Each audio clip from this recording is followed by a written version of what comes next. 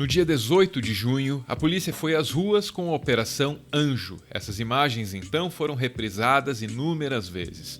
Aqui você vê um Queiroz amuado. Ele estava escondido na casa do advogado Frederic Wassef, muitíssimo ligado à família Bolsonaro.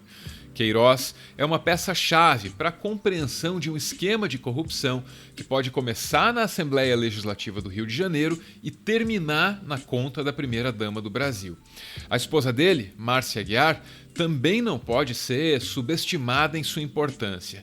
Durante muito tempo, o Brasil se perguntava onde estava Queiroz. Aí ele foi encontrado e preso. Só que a esposa, por outro lado, continuou foragida. Aí chegou o mês de julho e tudo mudou. Queiroz foi cumprir prisão em casa. A esposa dele foi da condição de foragida para confortável prisão domiciliar, de uma hora para outra.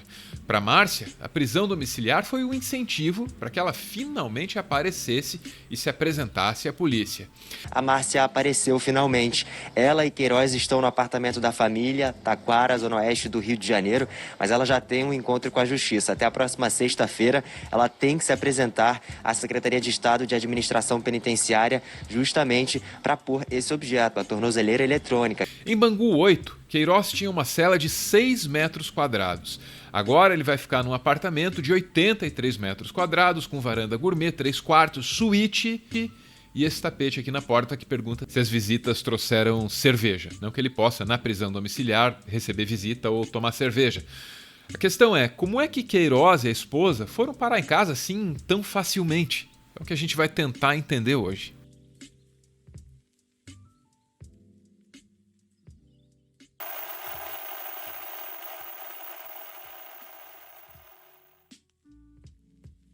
Foi o presidente do Superior Tribunal de Justiça, o STJ, João Otávio de Noronha, quem determinou, na quinta-feira, dia 9 de julho, que o ex-assessor de Flávio Bolsonaro, Fabrício Queiroz, fosse para a prisão domiciliar. Também foi Noronha quem estendeu essa decisão à esposa de Queiroz, Márcia Aguiar. Na decisão, o Noronha argumenta que ficar na prisão é perigoso para a saúde do Queiroz, que tratava de um câncer até bem recentemente. Só que aí ainda faltaria dar uma justificativa para mandar Márcia, uma foragida, para a prisão domiciliar. O presidente do Superior Tribunal de Justiça argumenta então que Márcia tem que ir para casa, que é para cuidar do marido. Noronha ainda precisou contemplar uma das razões pelas quais Queiroz foi preso em 18 de junho. É que, na ocasião, o juiz responsável pela prisão deixou claro que Queiroz driblava convocatórias da justiça e ainda tentava atrapalhar investigações, constrangendo outras testemunhas do caso. Aí, sobre isso, a decisão do Noronha, que sim, está amparada na Constituição, estabelece que Queiroz deverá desligar linhas telefônicas fixas, com entrega à autoridade policial de todos os telefones móveis, bem como computadores, laptops e tablets que possua. Toda a decisão do magistrado está, sim, amparada no que prevê a Constituição. Só que isso não significa que essa decisão não tenha uma dimensão política. Para a família Bolsonaro, saber que o Queiroz está em casa, confortável e com muito menos incentivo para tocar o horror e abrir a boca, isso é um alívio e tanto para eles.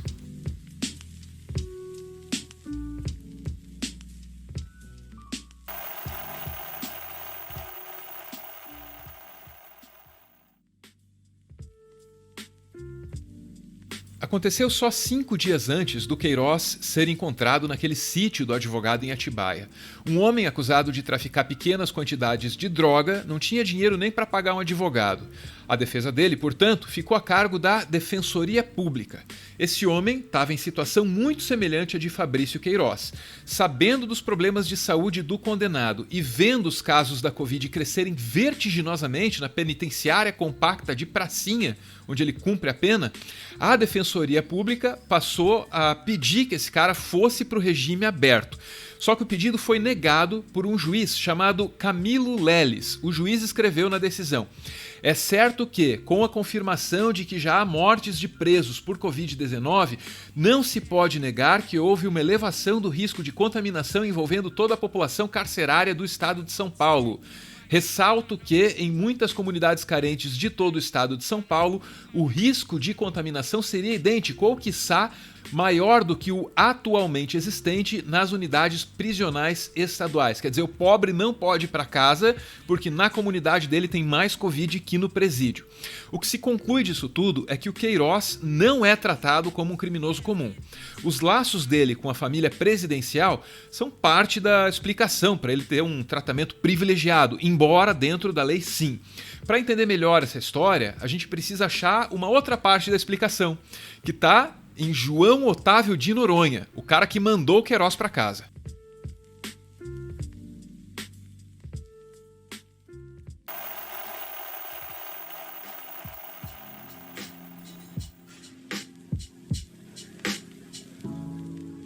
A primeira grande aparição de João Otávio de Noronha na mídia nacional veio em 2017.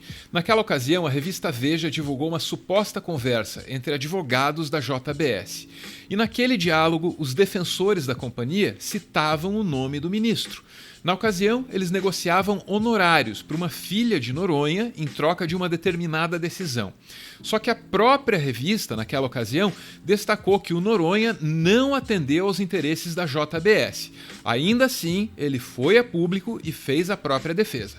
E fiquei pasmo uma semana passada quando vi meu nome na revista Veja sendo ultrajado. Tão ultrajado que meus alunos ontem me perguntaram: professor, o senhor vai ser afastado da magistratura? Vossa Excelência será processado.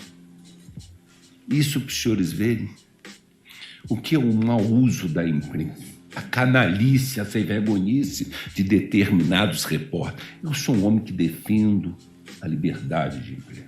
O tempo passou e essa história aí foi esquecida. Em 2020, Noronha tem sido notícia por outras decisões. Em fevereiro, ele derrubou decisões contrárias das instâncias inferiores e autorizou que Sérgio Camargo fosse empossado presidente da Fundação Palmares. Já em maio, Bolsonaro tentava evitar a divulgação de 3 exames em que ele tinha sido testado para Covid. Mais uma vez, Noronha derrubou decisões judiciais de primeira e segunda instâncias, que eram desfavoráveis a Bolsonaro. Isso mudou, claro, quando o STF teve de decidir sobre o assunto.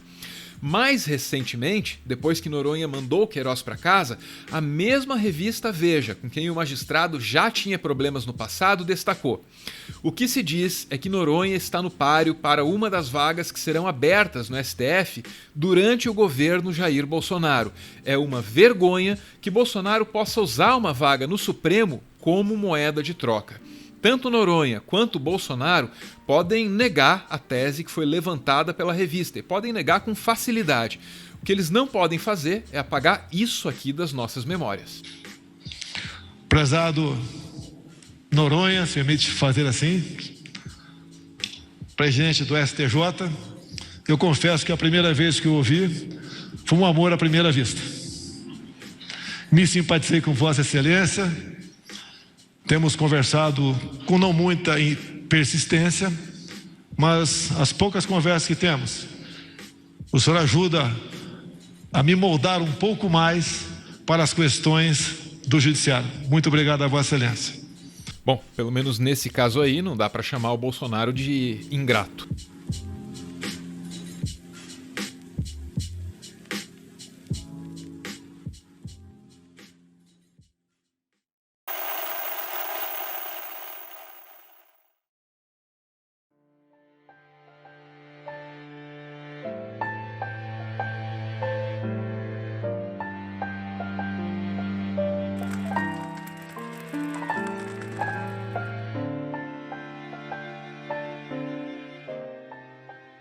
Muito obrigado por ver esse vídeo até o final. O Meteoro é mantido graças a uma campanha de financiamento coletivo. Quem participa aparece aqui no finalzinho para receber o nosso agradecimento. Hoje a gente vê aí a Bruna, acompanhada do Bruno e da Silvia. O namorado e a irmã, que segundo ela são as pessoas mais importantes da vida dela. A Bruna acrescenta que não conseguiria viver sem essas duas pessoas por perto e que ela deseja estar com o Bruno e com a Silvia para sempre, em todos os momentos. Amo vocês. Beijo, gente. Valeu!